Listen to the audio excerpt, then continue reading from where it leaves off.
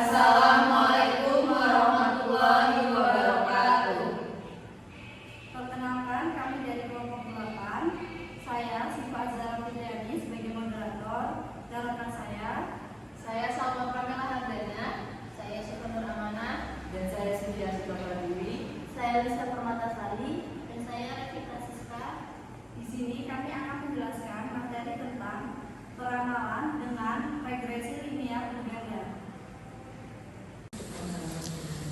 Peramalan dan regresi linear berganda. Peramalan produksi merupakan bentuk pembuatan keputusan yang dijadikan sebagai landasan di banyak industri, manufaktur, dan industri pelayanan. Oleh karena itu, perusahaan yang mampu menghasilkan produk yang tepat waktu dan tepat jumlah merupakan perusahaan yang mampu bertahan dalam persaingan. Peramalan permintaan dan digunakan untuk meramalkan permintaan dari produk yang bersifat bebas, tidak tergantung. Tahap pengelolaan data dan analisis. A. Analisis deskriptif, yaitu suatu analisis yang menguraikan perkembangan jumlah produk yang dicapai perusahaan. B.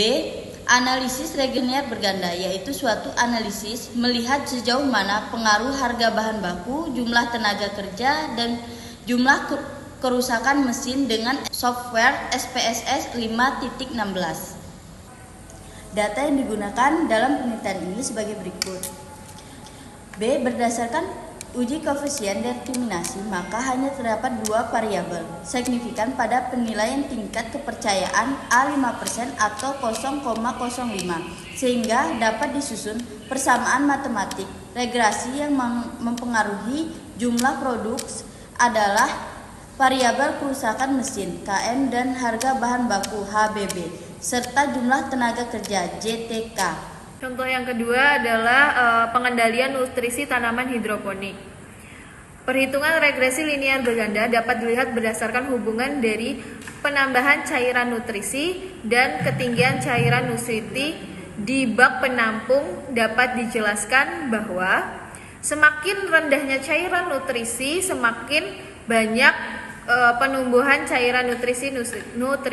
Apabila penambahan nutrisi dan PMM cairan nutrisi, dapat dijelaskan bahwa semakin nutrisi di bak penampung banyak nutrisi yang ditambahkan. Selanjutnya, apabila hubungan antara penambahan nutrisi dan pH cairan nutrisi di bak penampung akan semakin bertambah seiring dengan penambahan cairan nutrisi.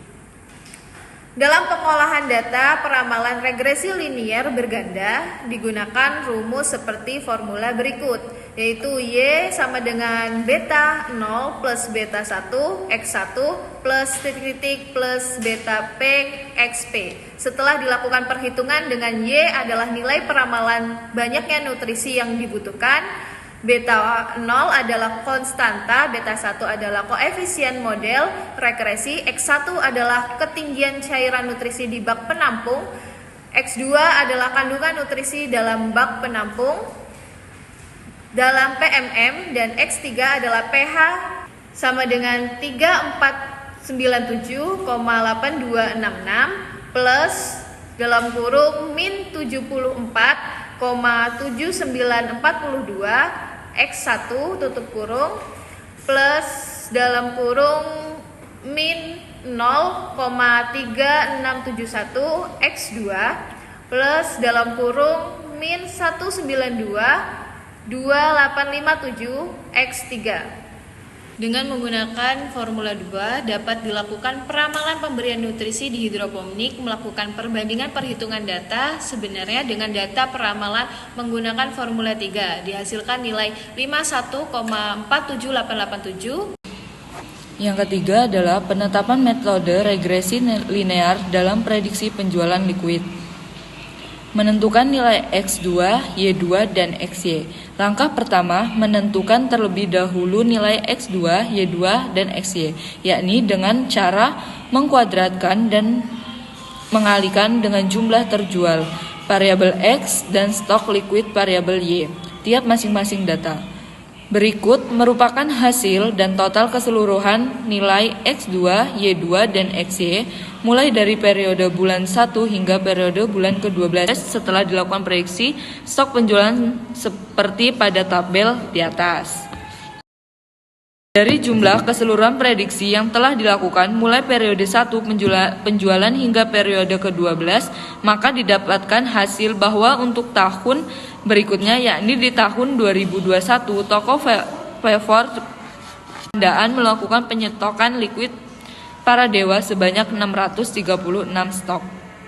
Metode regresi linier berganda menghasilkan nilai error sebesar 8,65%. 2. Hasil peramalan yang dilakukan dengan menggunakan metode jaringan saraf tiruan menghasilkan nilai error sebesar 5,81%.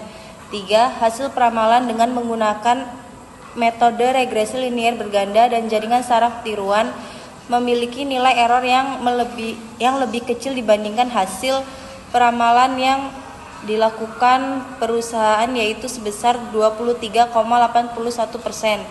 Yang keempat, hasil peramalan dengan menggunakan metode jaringan saraf tiruan lebih baik daripada hasil peramalan dengan metode regresi linier berganda. Hal ini dapat dilihat dari nilai error yang dihasilkan.